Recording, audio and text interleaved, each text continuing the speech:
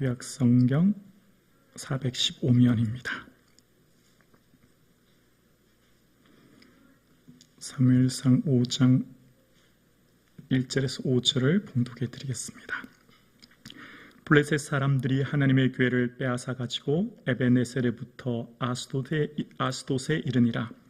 블레셋 사람들이 하나님의 교회를 가지고 다곤의 신전에 들어가서 다곤 곁에 두었더니 아스돗 사람들이 이튿날 일찍이 일어나 본즉 다곤이 여호와의 교회 앞에서 엎드려져 그 얼굴이 땅에 닿았는지라.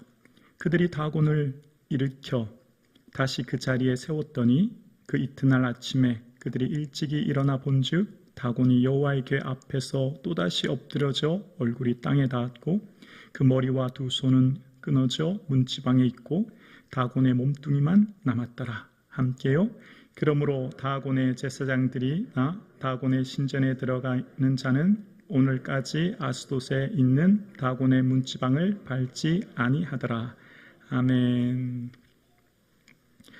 우리 옆에 있는 성도님들께 이렇게 인사하셨으면 좋겠습니다. 성도님은 하나님의 기쁨이십니다. 성도님은 하나님의 기쁨이십니다. 아멘. 아멘. 오늘 함께 예배드리시는 성도님은 하나님께서 잠잠히 사랑하시고 기쁨을 이기지 못하며 은혜 가운데 품고 계신 줄로 믿습니다. 아멘.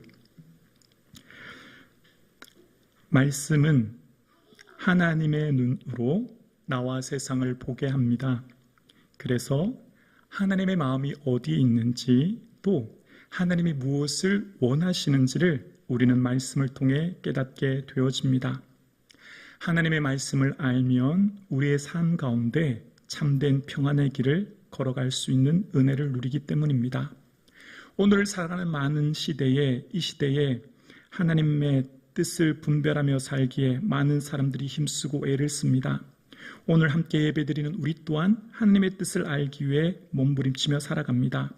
그 하나님의 뜻을 깊이 깨달아 아는 오늘 이 시간 되기를 주의 이름으로 축복합니다. 오늘은 사무엘상 5장부터 6장까지 이르는 하나님의 언약궤를 통한 하나님의 아픔과 눈물 또 슬픔을 볼 수 있는 내용들이 기록되어 있습니다. 이스라엘 백성들은 그들의 삶의 중심에 언제나 언약궤가 있었어요. 그래서 민수기 10장에도 보면 하나님의 언약궤가 3일 앞서 가셔서 쉴 곳을 찾으시고 언제나 이스라엘 백성들을 이끄셨어요.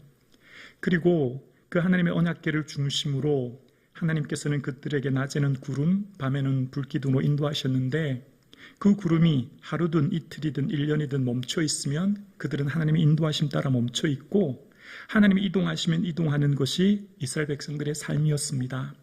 언약궤가 그들의 삶의 중심이었고 그들은 언약궤를 중심으로 살았습니다. 그래서 그 언약궤는 또한 하나님의 능력이었습니다.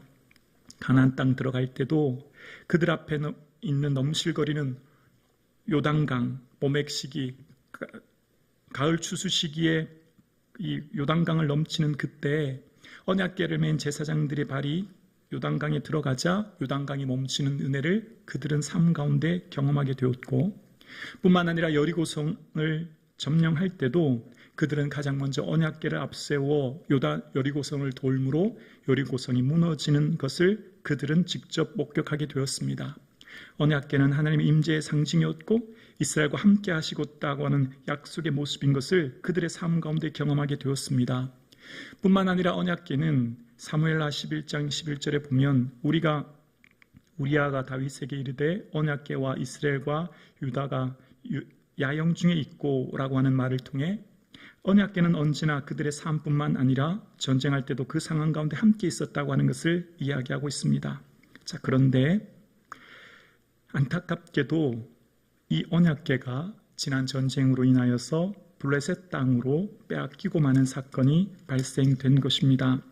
이스라엘 백성들의 삶 가운데 하나님의 언약궤를 가지고 가면 전쟁에서 이길 것이다 라고 생각했던 그들의 생각 가지고 언약궤를 가지고 갔지만 안타깝게도 언약궤는 빼앗기고 수많은 사상자가 생기는 어려움을 겪게 되었습니다.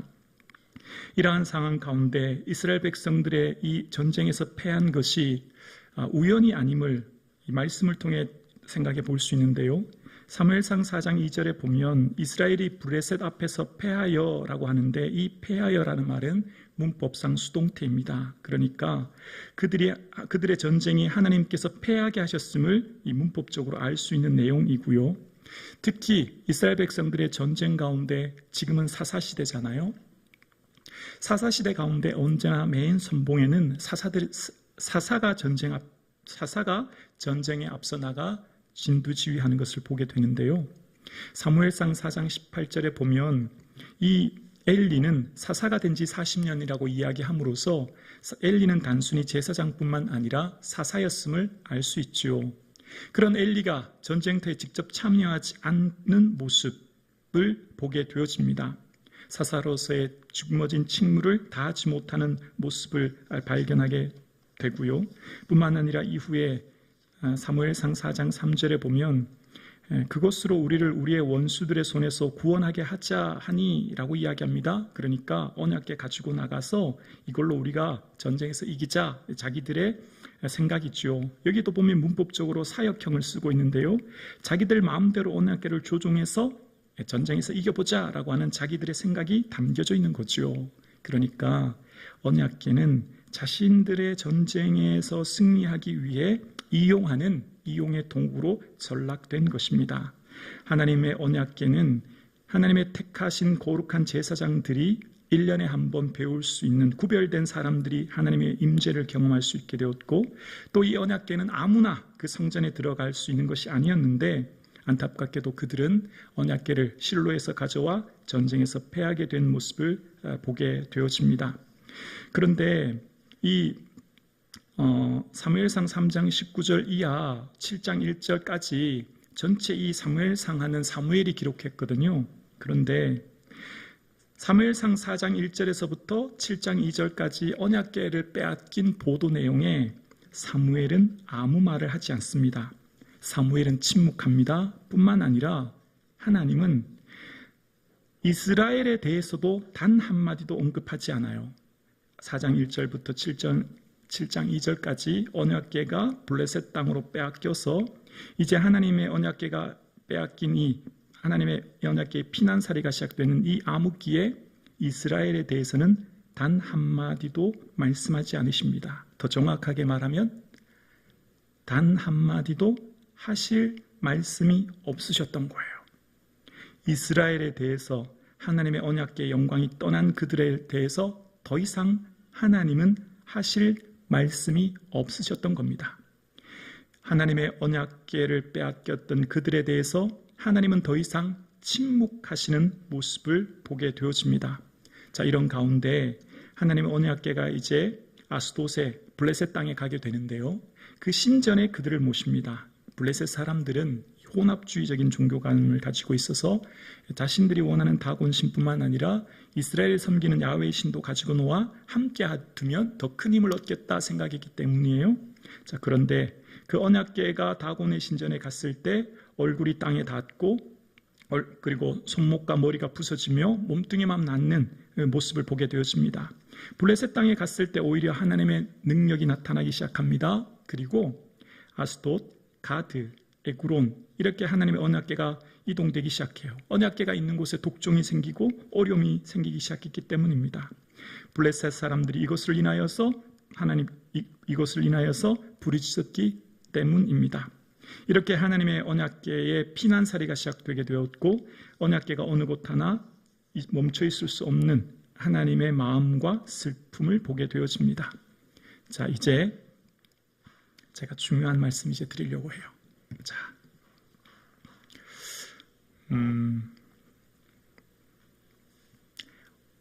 언약궤를 대하는 태도는 곧 하나님의 임재였고 하나님에 대한 태도가 된 건데요.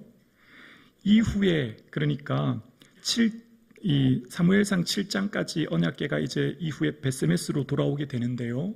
그 언약궤가 들어온 이후에 언약궤에 대한 내용은 더 이상 나오지 않아요. 언제 나오냐면 사무엘하 6장에 가면 나와요. 그래서 이제 사무엘하 6장에 가면 이 언약궤를 다윗이 얼마나 소중하게 여겼다고 하는 것을 알게 되어요. 사무엘하 6장 13절과 14절에 보면 이제 이 기럇야림에 있는 하나님의 언약궤를 다윗이 가지고 오기 위해서 하나님의 언약궤를 맨 사람들이 6걸음 가고 소와 살찐 양으로 제사를 드립니다. 그리고 다윗은 그 앞에서 춤을 춰요. 다윗이 언약궤를 얼마나 소중히 여기며 기뻐했는지를 알 수 있지요. 그리고 다윗은 다윗이 준비하여 친 장막에 언약궤를 둡니다. 그리고 여기서가 너무너무 중요해요. 자, 다윗이 왕이 되어서 그가 왕궁에 있을 때 사무엘하 7장 1절과 2절에 다윗이 이런 말을 합니다. 여호와께서 주위의 모든 원수를 무찌르사 왕으로 궁에 평안히 살게 하신 때에 왕이 선지자 나단에게 이르되 볼지어다 나는 백향목궁에 살거늘 하나님의 궤는 휘장 가운데 있도다. 다윗이 나는 이렇게 좋은 백향목궁에서 편히 쉬고 자는데 하나님의 언약궤는 내가 마련한 그 휘장 가운데 있으니 내 마음이 너무 무겁다는 거예요. 하나님의 궤를 그냥 저렇게 두고는 도저히 볼 수가 없었던 거예요. 그래서 여기서 중요합니다. 하나님은 다윗에게 지시하거나 명령하신 적이 없어요. 단 다윗의 마음에 우러나는 마음으로 너무너무 하나님의 그 언약궤가 소중하고 그 받은 은혜가 커서 다윗은 성전을 짓기로 마음먹습니다. 하나님의 언약궤를 그냥 휘장 가운데 두는 것을 도저히 볼 수 없었던 다윗은 하나님의 성전을 짓기로 마음먹습니다. 그리고 다윗이 성전을 지으려고 하는데 하나님은 다윗아 괜찮아 내 네 마음 알아 안 지어도 돼 라고 하신 거예요. 그런데 아주 중요한 것은 괜찮아 다윗 너 마음 다 알아 괜찮아 하셨는데 다윗은 멈추지 않아요. 하나님의 은혜가 너무 커서 다윗은 이후에 역대상을 보면 다윗이 얼마나 열심히 성전을 짓기 위해 그러니까 내가 친히 짓지는 못해서 내 아들에게 짓게 하는데 그 모든 준비를 하게 되어요. 그래서 역대상 22장에 보면 다윗이요 솔로몬에게 그런 얘기를 합니다. 아들 솔로몬아 나는 하나님의 이름을 건축할 마음이 있었는데 하나님이 나에게 너는 피를 너무 많이 흘려서 크게 전쟁하였기 때문에 너는 내 이름을 위하여 성전을 건축하지 못할 것이라고 했다. 그러니 보아라 이제 너는 나를 대신하여 성전을 짓고 내가 너를 위해 준비하였으니 이렇게 예비하라 라고 명령해요. 그리고 다윗이 얼마나 성전을 철저하게 준비했는지를 알려면 다윗 사무엘상 22장 13절에 보면 금 10만 달란트, 은 100만 달란트, 놋과 철은 무수히 많이 준비합니다. 그래서 여기를 자료를 찾아봤더니 금 10만 달란트는 1달란트가 오늘날 34.27kg래요. 1달란트가 34.27kg 그러니까 10만 달란트는 3,400톤이 되고 8톤 트럭으로 하면 425대가 나온대요. 뭐 별로 놀라지 않으시는데 은으로 하면 은 100만 달란트인데 조금 전에 금 10만은 3,400이었고 은 100만은 34,000톤이 되고 8톤 트럭으로 하면 4,250대라는 거예요. 그러니까 엄청난 걸 준비했다는 거죠. 이것뿐 아니에요. 더 중요한 것은 다윗이 직접 하나님의 임재 가운데 설계도까지 솔로몬에게 주는 거예요. 역대상 28장 19절에 보면 다윗이 이르되 여호와의 손이 내게 임하여 이 모든 일의 설계를 그려 나에게 알려주셨느니라 라고 말해요. 그러니까 하나님의 감동으로 다윗에게 성전을 어떻게 지어야 될지에 대한 정확한 설계도까지 깨닫게 하시고 그것까지 솔로몬에게 주게 된 거예요. 자, 이제부터 중요한 내용이 나오는데요. 사무엘하 7장 11절에서 13절 자막 준비해 줄 수 있나요? 우리 이 본문은 너무너무 중요한 본문이라 우리 함께 한번 읽어보실게요. 함께요. 전에 내가 사사에게 명령하여 내 백성 이스라엘을 다스리던 때와 같이 아니하고 너를 모든 원수에게서 벗어나 편히 쉬게 하리라. 여호와가 또 내게 이르노니 여호와가 너를 위하여 집을 짓고 내 수완이 차서 내 조상들과 함께 누울 때에 내가 내 몸에서 날 내 씨를 내 뒤에 세워 그의 나라를 견고하게 하리라. 그는 내 이름을 위하여 집을 건축할 것이요 나는 그의 나라의 왕위를 영원히 견고하게 하리라. 13절 다시 한번 볼게요. 그는 내 이름을 위하여 집을 건축할 것이요 나는 그의 나라의 왕위를 어떻게 해요? 영원히 견고하게 하리라. 자, 이게 다윗 언약인데요. 이 언약이 얼마나 중요한지 몰라요. 하나님께서 다윗, 너 날 위해서 궁을 지려고 하는구나, 성전을 지려고 하는구나, 내 너 마음 다 알아. 너 나 얼마나 좋아하고 사랑하는지 알거든. 안 지어도 돼, 괜찮아. 그렇게 하면서 하나님이 한 가지 약속을 해주세요. 이제 과거에 옛날에는 사사들이 다스려서 너희가 어려움 당했지. 그런데 이제 그렇게 하지 않을 거야. 이제 너를 왕으로 세우고 내 후손들, 내 몸에서 날 씨, 내 후손들이 영원히 왕위를 세워서 그 왕위를 영원히 견고하게 해줄게. 이렇게 약속하신 거예요. 이 약속으로 말미암아 다윗의 나라가 견고하게 섭니다. 이 약속으로 말미암아 얼마나 큰 은혜를 받냐면 이후에 이스라엘은 솔로몬 이후에 북쪽과 남쪽으로 나라가 나뉘어지게 되고 그 북쪽과 남쪽으로 나뉘어진 나라는 이후에 북쪽은 아수르에게 나라가 멸망해요. 열왕기하 17장 6절에 보면 이렇게 말합니다. 호세아 제9년에 아수르 왕이 사마리아를 점령하고 이스라엘 사람을 사로잡아 아수르로 끌어다가 고산 강가에 있는 할라와 하볼과 메대 사람의 여러 고을에 두었더라. 아수르에 의해서 나라가 멸망당한 이스라엘은 이스라엘 사람들이 아수르로 끌려가서 아수르에 속한 여러 나라의 지방 할라, 하볼, 메대 여러 땅에 흩어져 살게 되었어요. 자, 그리고 북이스라엘 사람들에 대한 내용은 이 뒤로 등장하지 않습니다. 더 이상 북이스라엘 사람들이 할라, 하볼, 메대에서 어떻게 살았는지 그들의 삶의 여정이 어떤지에 대해서 더 이상 성경은 침묵합니다. 기록이 없어요. 자, 그런데 남쪽 유다 역시 바벨론에 의해 나라가 망하죠.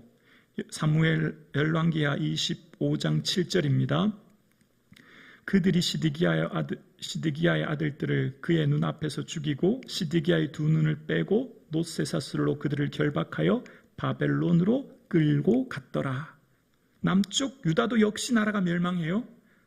강대국 바벨론에 의해서 유다의 마지막 왕 시드기야는 눈이 뽑히고 바벨론으로 끌려갑니다. 자, 그런데 바벨론의 역사, 바벨론에 끌려간 남유다 백성들의 삶은 계속해서 이어집니다. 남유다 바벨론 백성들 바벨론으로 포로로 끌려갔던 그들 어떻게 될까요? 에스라 2장 1절에 보면 이렇게 말합니다.